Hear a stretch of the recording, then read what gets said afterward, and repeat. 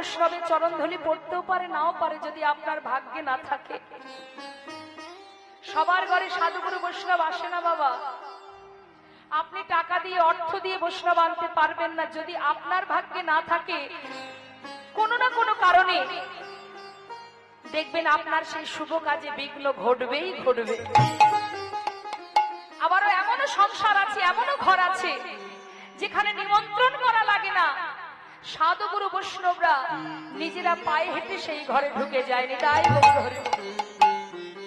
তাই সবার ঘরে ভক্ত আসে না, বৈষ্ণব আসে না।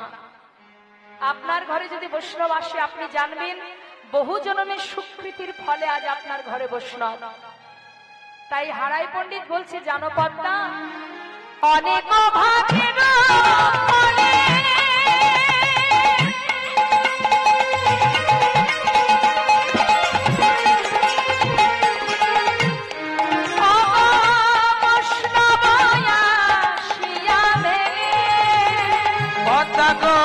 অনেক ভাগের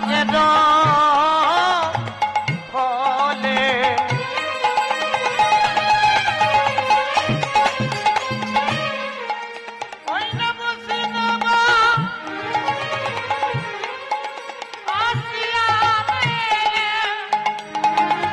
দেরি করো না, বৈষ্ণব সেবার করো আয়োজন, বৈষ্ণব সেবার করো আয়োজন, না দিয়ে বৈষ্ণব সেবা নিস্তার পেয়েছে কেবা, না দিয়ে বৈষ্ণবের সেবা নিস্তার পেয়েছে কেবা, তার সাক্ষী যুধিষ্ঠিরাজ, তার সাক্ষী যুধিষ্ঠিরাজ, তার সাক্ষী যুধিষ্ঠিরাজ, তার সাক্ষী যুধিষ্ঠিরাজ। তুমি বৈষ্ণব সেবা করো আয়োজন, বৈষ্ণব সেবা করো আয়োজন, অভয়ার বিলম্ব করো না গো, বৈষ্ণব সেবা করো আয়োজন। তুমি আর বিলম্ব করো না গো পদ্মা, বৈষ্ণবে সেবা করো আয়োজন। তাড়াতাড়ি ব্যবস্থা করো পদ্মা, যেমন আছে তোমার তাড়াতাড়ি রন্ধন করো। বিলম্ব না করে পদ্মাবতী রন্ধন করলেন মা, যেমন আছে তেমনটাই সেবা দিচ্ছেন। শাস্ত্রে বললেন, মহন্তের স্বভাব হয় তারিতে পামর, নিজ কার্য নয় তবু যান পরঘর। কারোর বাড়িতে যদি কোনো মহন্ত আসে, যদি কোনো বৈষ্ণব আসে, কোনো ভক্ত আসে, জেনে রাখবেন মহন্ত যারা হয়, যারা বৈষ্ণব হয়, তারা আপনার বাড়িতে টাকা পয়সা বিষয় সম্পদ নেবার জন্য আসে না। তারা কেন আসে? আসে এই জন্য, আপনার হৃদয়ে যত পাপ আছে সেই পাপকে দূরীভূত করে, পাপকে নিজের কাছে কেড়ে নিয়ে বৈষ্ণব আসলে কি করেন মা? তার চরণে প্রণাম করেন তো? প্রণাম করলে কি হয়? আপনার যত অপরাধ সব কিন্তু তার চরণে সঁপে যায়।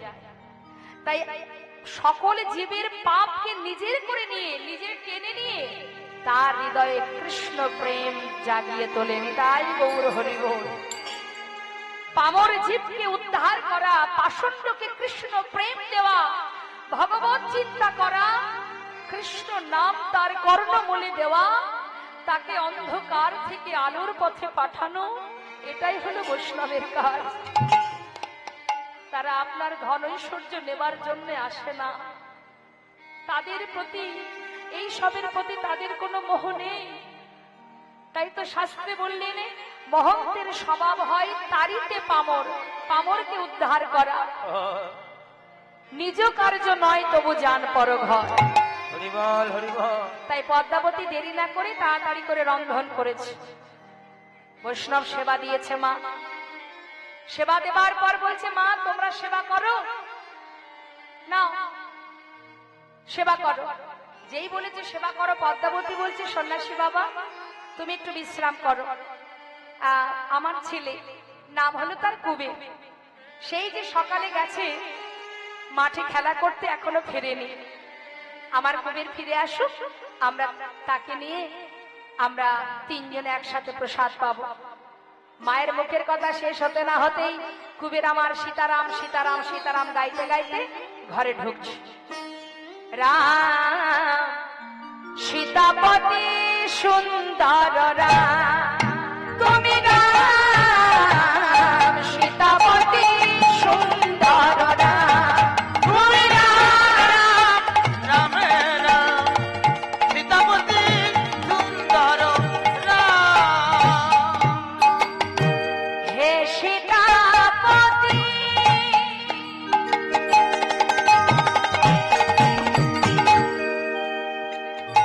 হে রাম রাম রাম রাম,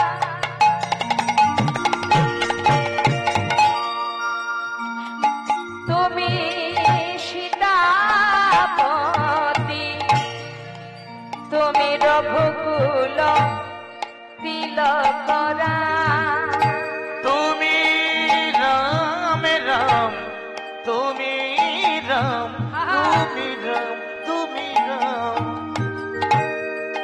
তুমি রাম তুমি রাম রাম রাম রাম তুমি রাম তুমি রাম তুমি রাম তুমি রাম। হে সীতাপতি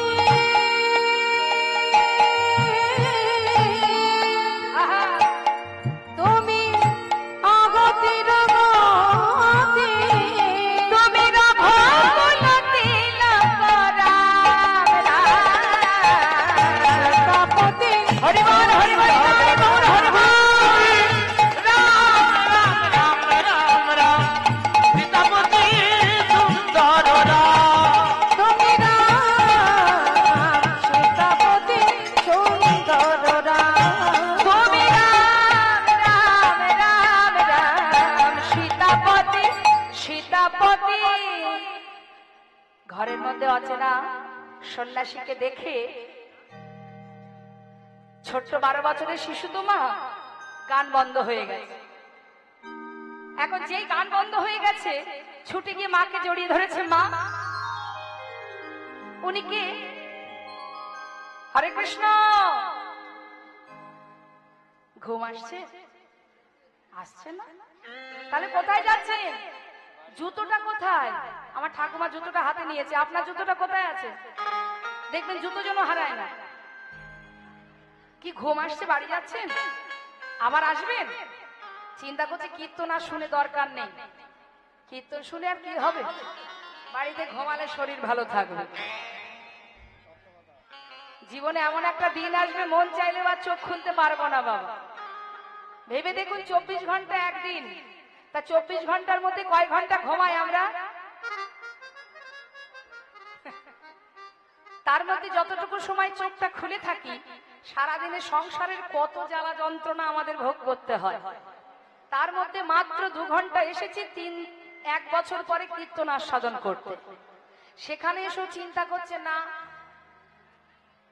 শরীরটাকে ঠিক রাখতে হবে, তো ডায়েট কন্ট্রোল করতে হবে, ঠিকঠাক খেতে হবে, ঠিকঠাক ঘুমাতে হবে, না হলে ব্যাধি হবে, রোগ হবে, কি তাই না?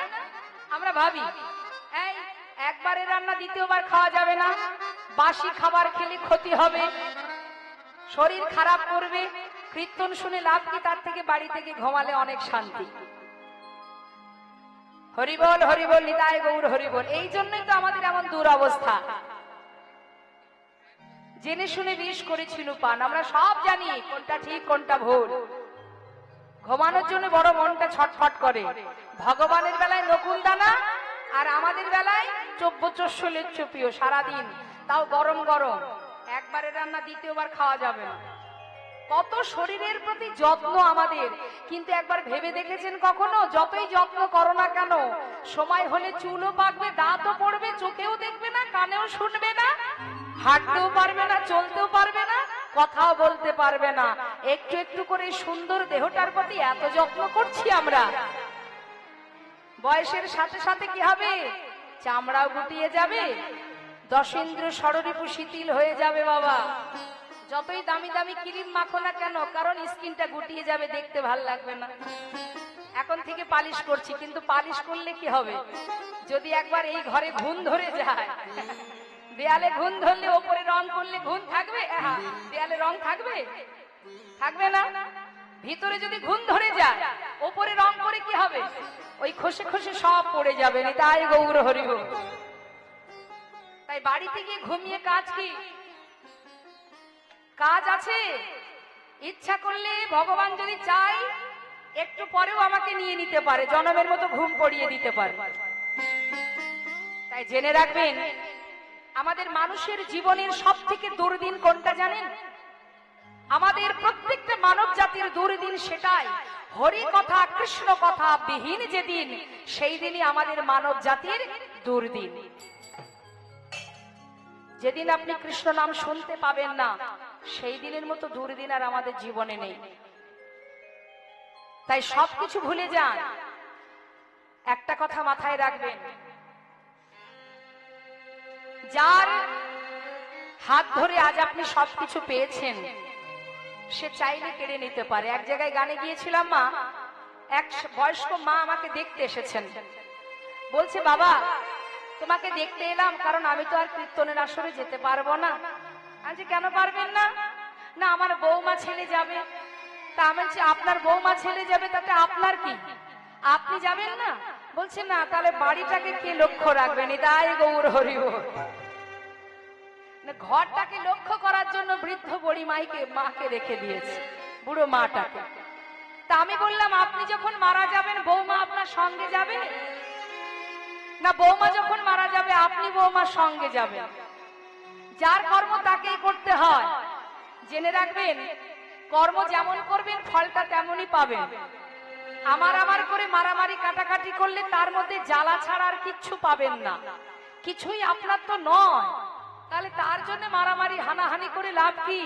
তুমি দিয়েছো, তুমিই রক্ষা করবে, তুমিই দেখবে। এই আমি চললাম তোমার নাম শুনতে, আমি আর কিছু জানি না। সুখে রাখলেও তুমি, দুঃখে রাখলেও তুমি। সংসারকে লক্ষ্য রেখে লাভ নেই। আপনি চলুন, যার সংসার তার উপরে ছেড়ে দিন। আমরা যখন বাড়ি থেকে যাই, ঘরের মধ্যে যে ঘরের কোনায় যে বসে আছে চিত্রপট, তাকে বলি না, চললাম প্রভু, তোমার সংসার তুমি দেখো। 5 দিন পরে ফিরে আসি, ঘরের কোণে যেজন এক দৃষ্টিতে দিনের পর দিন আপনার সংসারটাকে লক্ষ্য রেখেছে, আসার সময় তার জন্য একটা খাবার কি আসে বাড়িতে?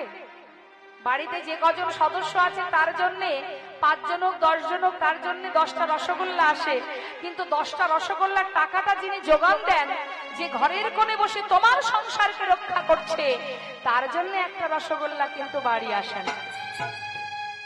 এই জন্যই আমাদের দুরবস্থা। আমি সবার কথা বলছি না, সবার কথা নয়। যারা প্রকৃত কৃষ্ণ নাম ভালোবাসে, তাদের এখান থেকে কেউ ওঠাতে পারবে না, কেউ পারবে না। যারা সত্যি ভালোবাসে নামকে, পৃথিবীতে যত ঝড়ই আসুক না কেন, গোবিন্দের চরণ ছাড়া তারা কোথাও যাবে না। এটাই প্রকৃত ভক্তের লক্ষ্য। কারণ আমরা তো ভগবানের কাছে শুধু কামনা করি, এটা দাও, ওটা দাও, সেটা দাও, সুখে রাখো, ভালো রাখো, শান্তিতে রাখো। জেনে রাখবেন বাবা, শান্তি সেখানেই। কোথায়? আপনি সেখানেই শান্তি পাবেন যখন আপনি সদা সর্বদাই কৃষ্ণ নাম বদনে জপ করবেন, হরি নাম বদনে উচ্চারণ করবেন, তখন পাবেন শান্তি। সংসারের চিন্তা যত করবেন তত আপনার মধ্যে যন্ত্রণা হবে, জ্বালা হবে, কষ্ট হবে। আপনি সংসারে বসে বসে কাঁদবেন, ঘরের মধ্যে বসে বসে কাঁদবেন, তাতে হবে আপনার জ্বালা। হরিনামে বসে বসে কাঁদবেন, সেই চোখের জলে দেখবেন আপনার মধ্যে একটা তৃপ্তি আসছে, একটা শান্তি আসছে। যদি নাম শুনে কেউ কাঁদে, তাতে জ্বালা হয় না। তাই যে বাড়িতে যাবার জন্য ব্যতিব্যস্ত হচ্ছি আমরা, কে জানে, কে জানে আজ যেটা আমার আছে কাল সেটা আমার থাকবে। আজ যে রাজা কাল সে ভিখারি। তাই একবার নিজের চিন্তা করুন, সংসারের চিন্তাটা কিছুক্ষণের জন্য ভুলে যান। নিজের চিন্তা কি? কৃষ্ণ নাম, কৃষ্ণ ধ্যান, কৃষ্ণ চিন্তা, কৃষ্ণ ভজন। ভরসা করলে তাকে করুন, বিশ্বাস করলে তাকে করুন। এই সংসারকে বিশ্বাস করে লাভ নেই, এখান থেকে কিচ্ছু পাবেন না। আপনি আপনার ছেলেকে বিশ্বাস করছেন, ভরসা করছেন, মানুষ করছেন, ভাবছেন ভবিষ্যতে আপনার সন্তান আপনাকে দেখবে। তাই যদি হতো তাহলে বৃদ্ধাশ্রমে রাস্তাঘাটে এত মায়েরা চোখের জল ফেলাতো না। কার জন্য ভাবছেন আপনি? কার চিন্তা করছেন? মানুষ যখন তখন বদলে যায়, যতই আপনি করেন না কেন মানুষ পরিস্থিতির সাথে সাথে বদলায়। বিশ্বাস তাকেই করা যায়। কাকে? মা, যে সর্বক্ষণ আপনার কাছে আছে। এই যে বসে আছে মন্দিরে, হরি বল, আপনার সামনেই আছে, আপনি দেখছেন চোখে তিনি আছে। সে শুধু এখানে নয়, আমাদের প্রত্যেকটা জীবের মাথার উপরে ছায়ার মতো আছে সে। শুধু দেখার মতো আমাদের নয়ন নেই, তাই তাকে দেখতে পাই না। যেমন তোমার দুঃখের সাথী তিনি, তেমন তোমার সুখেরও সাথী তিনি। তিনি তোমার দুঃখে আছে, সুখে আছে, ভালোই আছে, মন্দই আছে। তাই তার কাছে সঁপে দাও দয়াময়। তুমি যেমনই রাখবে আমায়, আমি তাতেই খুশি। তুমি যদি আমাকে কাঁদাও, আমি জানবো নিশ্চয়ই কোনো না কোনো কর্মের ফলে আজ আমি কাঁদছি। কিন্তু তুমি যদি আমাকে কাঁদাও, তাতে আমার কোনো দুঃখ নেই, কারণ আমি জানি তুমি আছো আমার কাছে। তাই তো বিশ্বকবি রবীন্দ্রনাথ ঠাকুর তিনি বলেছিলেন, দয়াময় আমার হিয়ার মাঝে লুকিয়েছিলে, দেখতে আমি পাইনি তোমায়, দেখতে আমি পাইনি। আমার হিয়ার মাঝে লুকিয়েছিলে, দেখতে আমি পাইনি তোমায়, দেখতে আমি পাইনি। বাহির পানে চোখ মেলেছে, বাহির পানে আমার হৃদয় পানে চাই। আমার হিয়ার মাঝে লুকিয়েছিলে, দেখতে আমি পাইনি তোমায়, দেখতে আমি পাইনি।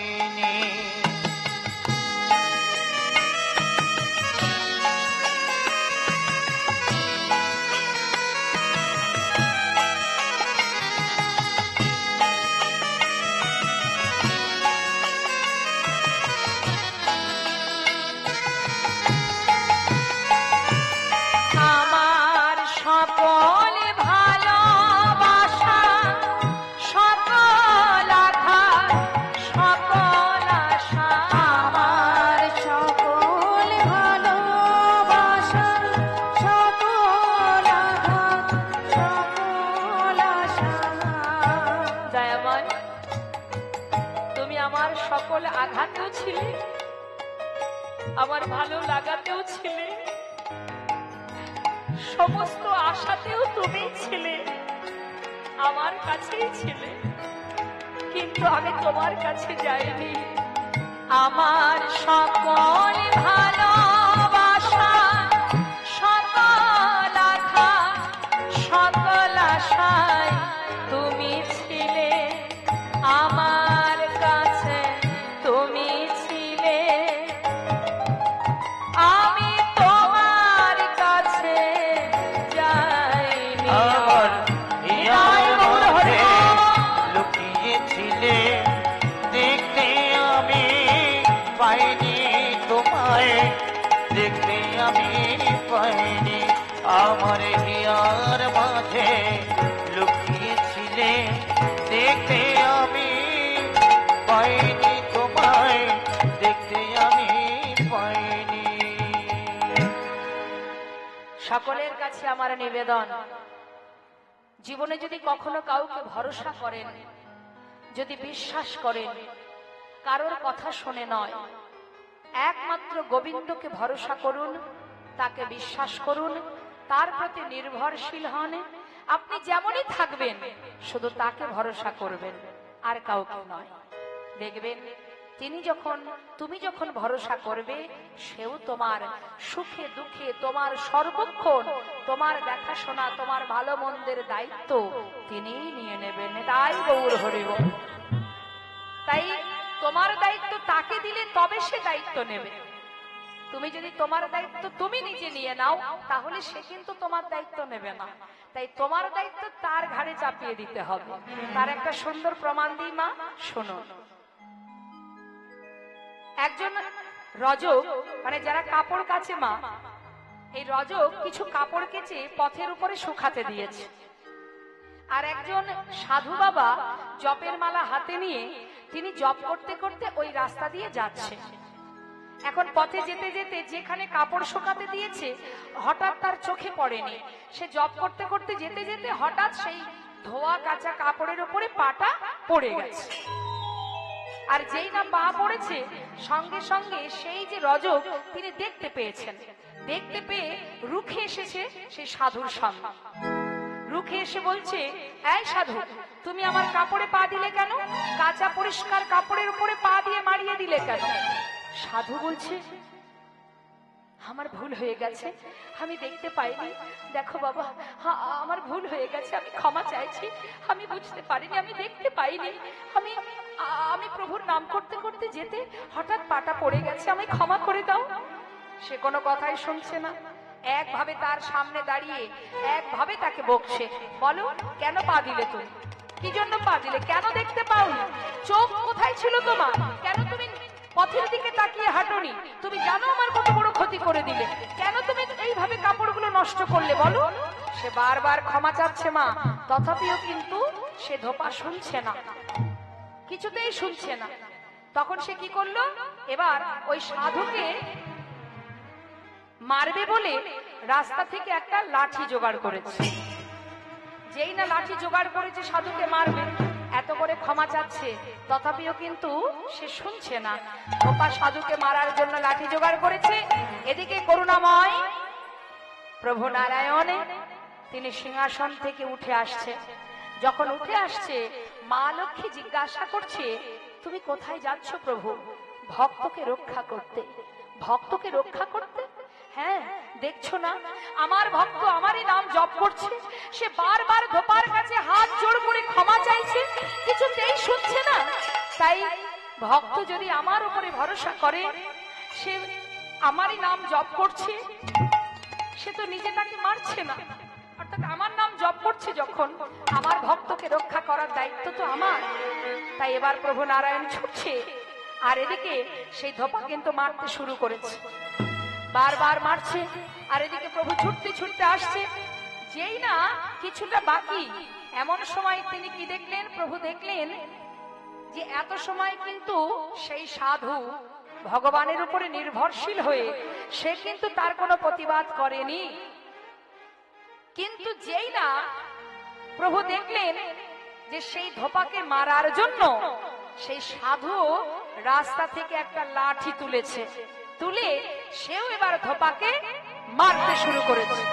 যেই না ধোপার গায়ে লাঠি দিয়ে মেরেছে, প্রভু আমার আবার ফিরে চলে গেলেন। তাই গৌর হরি বল।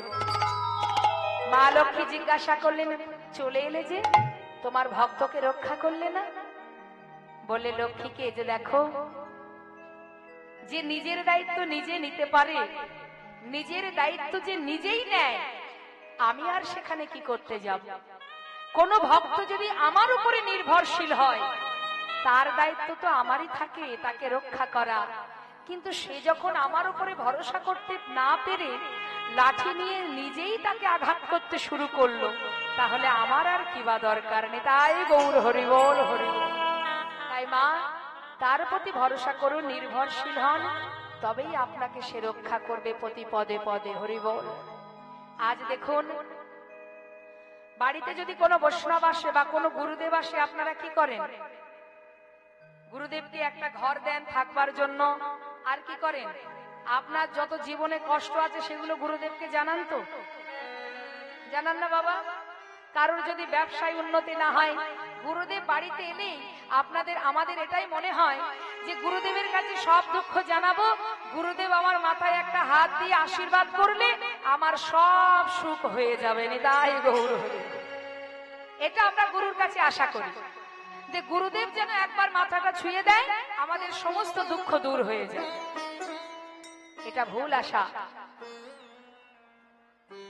যারা প্রকৃত ভক্ত হয় তারা কখনো গুরুদেব বাড়িতে এলে, গুরুদেব আমার হাত দেখে বলুন না, কেন আমার সংসারে এত কষ্ট, কেন আমার শরীর ভালো যাচ্ছে না?